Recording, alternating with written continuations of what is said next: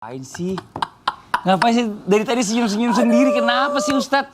Saya tuh begini, Li. Apa? Saya tuh senyum-senyum karena membayangkan waktu saya ngurus anak sama Umi Naura, waktu anak-anak masih kecil-kecil. Masya Allah. Aku siapin dot loh, 4, aku bismillah loh.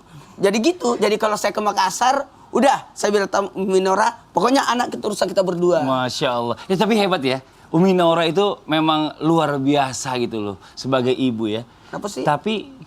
Kenapa sih? Iya. Karena selalu... Umi Naura itu tidak akan tergantikan sampai kapanpun. Masya Allah. Tapi bisa jadi ada yang melanjutkan. Masya Allah. Iya, karena begini. Tapi gini. Apa sih? Saya nggak suka ada yang ngomong begini. Urusan anak itu urusan perempuan. Kan suami udah kerja, udah capek. Udah biar aja istri yang ngurus. Ini ya. Dena diterima pak kue.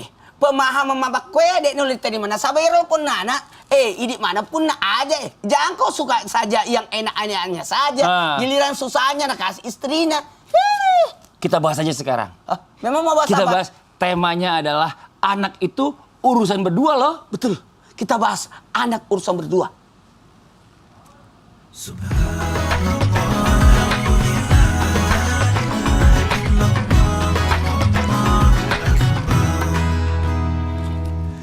A'udzubillahi minasyaitonirrajim. Bismillahirrahmanirrahim. Assalamualaikum warahmatullahi wabarakatuh. Waalaikumsalam warahmatullahi wabarakatuh. Jamaah. Oh jamaah.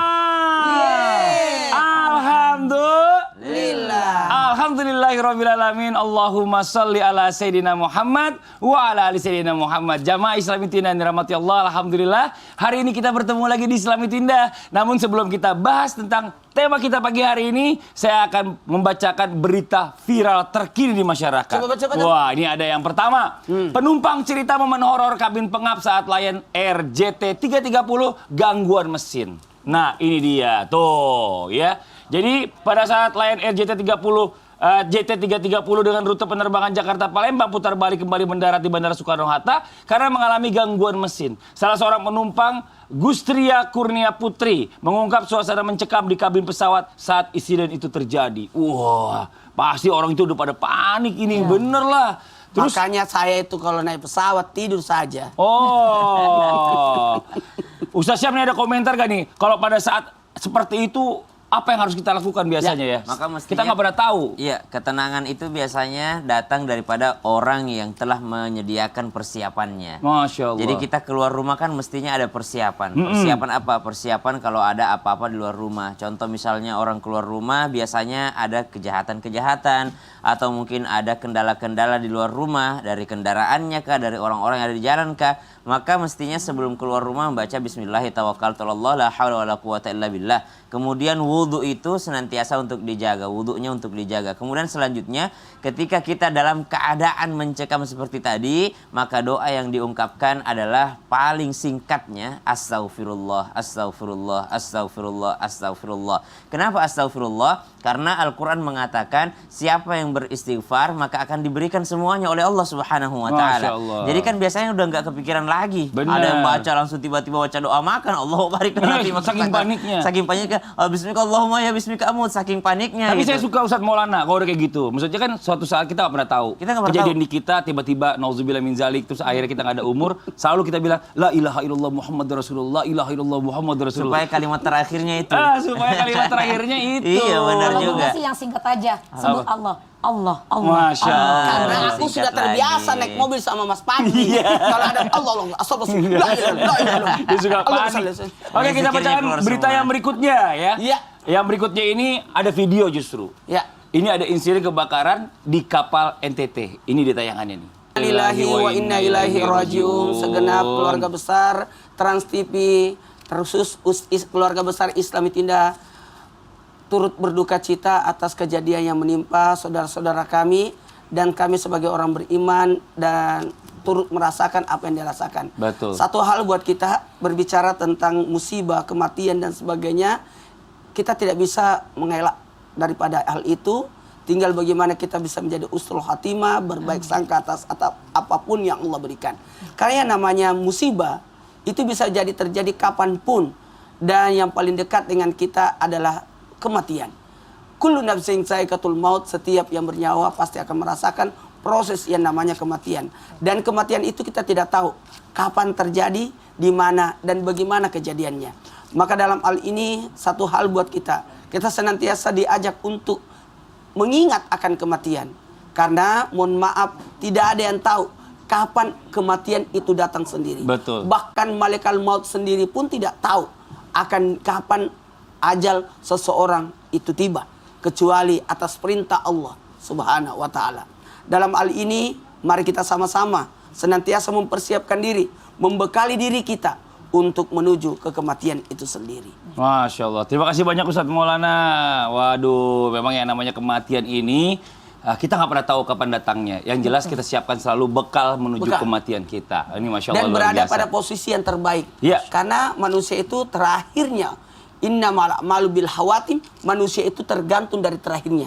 Dan jangan sampai ada ibadah yang ditinggalkan. Nauzubillah min Makanya dzalik. jangan pernah menunda sholat, Iya. menunda ini. Jangan sampai pada saat itu dicabut nyawanya. Ya, kita sekarang lanjut lagi nih. Kita kembali lagi ke tema kita hari ini. Mungkin jamaah yang di rumah, ya para istri suka kesel nih sama suami. Biasanya pulang kerja yang harusnya bantuin jagain anak, udah nggak mau. Kadang-kadang malah udah sampai rumah malah sibuk main game. Itu Mas Fadli. Bukan, ini kita lagi mau bahas tema kita hari kirain ini. lagi curhat. Enggak, temanya adalah anak itu urusan berdua loh. Gitu.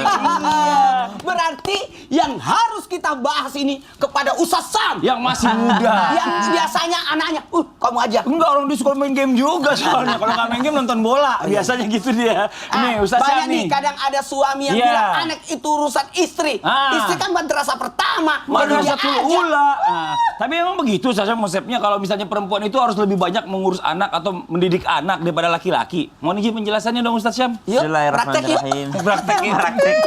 Ustaz Maulana Tabe, Mas Fadli, Iya, Bunda, Ustaz Syam. serta guru-guru kami yang dimuliakan Allah Subhanahu wa taala. Alhamdulillahirabbil alamin wassalatu wassalamu ala asyrafil anbiya'i wal mursalin sayyidina Muhammadin wa ala alihi wa sahbihi ajma'in.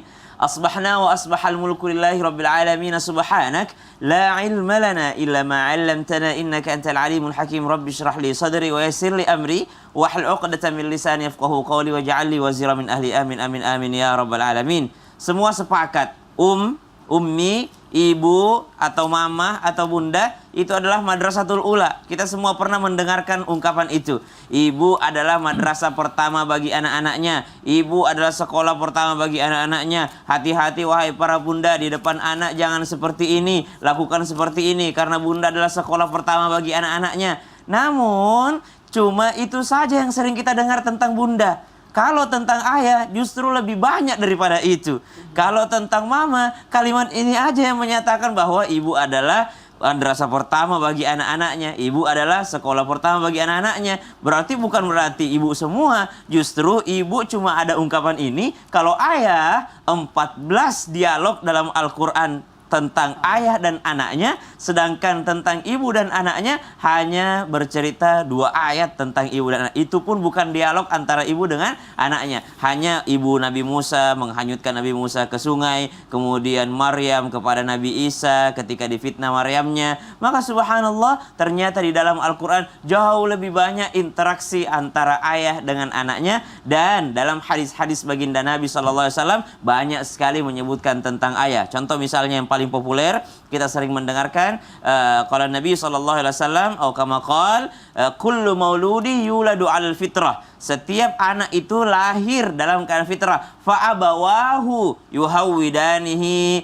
aw yunassiranihi aw yumajjisanihi. Maka subhanallah, fa abawahu disebutkan, maka bapak mereka lah yang menjadikan mereka belok kanan, belok kiri, atau kemana arahnya anak tersebut. Maka subhanallah, ayahlah yang bertanggung jawab. Itu nomor 1. Yang kedua, dalam Al-Quran dialognya bagaimana? Oh, ada Luqman Nul Hakim kepada anaknya. ada Nabi Ibrahim alaihissalam kepada anak-anaknya, ada Nabi Yakub alaihissalam kepada anak-anaknya, ada Nabi Yusuf alaihissalam bersama dengan ayahnya, ada Imran kembali kepada Maryam. Maka subhanallah, banyak sekali dalam Al-Quran ayat-ayat yang berceritakan tentang dialog orang tua terhadap anak-anaknya. Banyak nih biasanya pulang kantor anaknya ngeliatin gambar gitu ya, ngeliatin, ayah aku habis gambar ini loh, udah nanti nak kasih lihat dulu mamamu itu. Subhanallah, ini yang bahaya. Ketika anak merasa tidak diapresiasi, maka selamanya dia tidak akan pernah menunjukkan lagi prestasinya kepada ayahnya. Naudzubillahi min dzalik. Ya, karena di Al-Quran aja dijelaskan bahwa orang tua laki-laki itu lebih banyak dialognya dengan anak-anaknya ya. Iya. Nih, Kenapa, aku Ustaz? setuju banget artikel Apa ini. tuh? Artikel yang Artikel mana? tentang kalau anak itu dekat dengan ayahnya pasti lebih pinter. Oh, boro-boro. Ayahnya mau deket sama anaknya. Orang ayahnya kebanyakan off-air. Masya Kebanyakan Allah. tiba-tiba di luar kota. Kota sini, kota situ. Siapa? Iya. Siapa Jangan. itu? Enggak, ini lagi baca siapa sih? Ini lagi baca siapa? Artikel itu benar. Kalau anak itu lebih dekat dengan ayahnya pasti pinter. Karena Iya. kenapa? Kan leader. Tapi ayahnya jarang. Ayahnya kebanyakan di luar kota. Kemarin baru balik dari Bali. Masya Allah. Iya. Tapi Anaknya kan masih aku apa? pulang langsung kumpul sama anak-anak. Terus nggak usah bela diri. Ngobrol-ngobrol. Kayak tadi sama udah Sampai gitu. jam 2 jam. Iya. Aku ngobrol-ngobrol. Sampai jam berapa? Gimana anak-anak? Sampai jam 2? Enggak. Begadang dong 2 jam. bareng-bareng. 2 jam. Ngobrol-ngobrol. Nih, Udah begini kita salatnya, lanjut ibadahnya. lagi nih buat jamaah Islam itu yang ada di rumah ya. Apakah benar dalam Islam bahwa anak itu menjadi urusan berdua? Karena dalam Islam cara mendidik suami istri itu lebih melengkapi Iya. ya. Lebih satu sama lain itu nggak bisa satu lebih dominan. Iya. Ibu lebih dominan, ayah Iya. lebih dominan. Bagaimana penjelasan dari Bunda Tuti nih? Baik, Mohon terima izin. kasih. Tafadhol, Bunda. Bismillahirrahmanirrahim. Mohon izin Ustaz Maulana, Ustaz Syam. Bismillahirrahmanirrahim. Assalamualaikum warahmatullahi wabarakatuh. Waalaikumsalam warahmatullahi wabarakatuh. Jamaah. Yeay. Oh, jamaah. Yeay. Alhamdulillah. Alhamdulillahirabbil alamin. Salatan wa salaman ala Rasulillah Muhammad ibn Abdillah wa ala alihi wa sahbihi wa mawal amma ba'du. Semuanya sudah kita dengarkan dari Ustadz Syam. Subhanallah, luar biasa. Urusan anak itu bukan urusan ibu, tetapi juga urusan berdua loh. Kenapa? Karena Allah berfirman di dalam Al-Quran surah An-Nisa. Bismillahirrahmanirrahim. Ya ayyuhan nasu taqu rabbakumul ladzi khalaqakum. Alladzi khalaqakum min nafsin wahidatin wa khalaqa minha zawjaha. وخلق منها زوجها وبث منهما رجالا كثيرا ونساء واتقوا الله الذي تساءلون به والأرحام إن الله كان عليكم رقيبا. Wahai sekalian manusia, bertakwalah kepada Allah, karena kita telah diciptakan oleh Allah dari jiwa yang satu. Ada ayah Nabi Adam dan juga ibunda kita Siti Hawa. Maka ketika Allah menciptakan perkembangan laki-laki dan perempuan sampai kita ini anak cucu Nabi Adam banyak. Ketika kita sudah disatukan dalam keluarga, bagaimana ketika Allah berikan amanah? Anak itu adalah amanah, titipan, anugerah. Pola pendidikan anak laki-laki dan pola pendidikan anak perempuan pastinya berbeda. Tadi Kak Fadli bilang kalau anak perempuan itu dekat dengan ayah, tidak begitu juga. Nah, di dalam pendidikan Islam itu diajarkan bagaimana seorang ayah, peran ayah dalam mendidik kepada putra-putrinya. Kalau ayah itu figurnya kan sebagai pemimpin, maka ayah akan menjadikan anaknya itu bagaimana nih karakter seorang laki-laki dan bagaimana nih karakter seorang wanita. Dalam pola asuh, dalam pola pendidikan, ayah lebih dominan dalam mendidik masalah kepemimpinan, ketegasan, kedisiplinan, bukan begitu ya? Ya. Nah, kalau seorang ibu dalam mendidik seorang anak itu biasanya lebih kepada perasaan, Kasih ya, sayang. kasih sayang. Maka ketika kita memiliki putra maupun putri untuk menjadikan mereka jadi anak yang soleh dan soleh itu harus kita kerjasama. Gak boleh dominan satu saja, ibu saja diserahkan, ayah saja tidak. Memang ayah tugasnya mencari nafkah, tetapi ketika mendidik itu kita harus bersama-sama. Karena kalau anak perempuan nanti kita akan melihat perkembangannya. Bagaimana anak perempuan ini kalau sudah datang masa-masa haid ya. Betul. Ibulah yang akan tahu karena ibu merasakan, diajarkan, Masya kemudian Allah. dibimbing. Kadang-kadang kita suka jadi good cup, bad cup sama istri Benar, gitu ya. iya, Jadi supaya karena anak juga nggak merasa selalu benar terus. Iya, jadi harus balance ya. Ya harus balance, Iya. bener Ya banget. Akbar Ya lagi. ampun, Kenapa ini ini? anak. Luka sayang baju badannya. Kenapa Ah. sih kakinya ini berdarah lagi? Kenapa bisa? Kenapa bisa? Kenapa sih marah-marah tiba-tiba begitu? Iya, Malu pagi-pagi, tahu pajama Ustaz, di rumah pagi-pagi sih, ini. Ustaz. Ini dengarkan buat semuanya. Saya cuma memperagakan bagaimana sosok laki-laki biasanya kalau pulang dari kerja dia menyalahkan istrinya, Oh, begitu? anaknya. Kenapa bisa luka? Padahal begitu? istrinya banyak sekali. Jadi di dia kerja. nggak menghargai istrinya. Dia tidak menghargai. Kita kasih paham setelah Kebayang satu ini. nggak? Dia Iya. pulang langsung dia cuma periksa. Enaknya periksa kenapa Baraka? Siapa itu? Kenapa Baraka? Ustaz Syami. Ya, kita kasih paham dia. Setelah satu ini yang di rumah jangan kemana-mana, tetap di Islam itu indah. Jamaah, oh jamaah. Alhamdulillah. Nggak boleh gitu, Ustaz Syam. Kenapa dia Kasihan. lagi?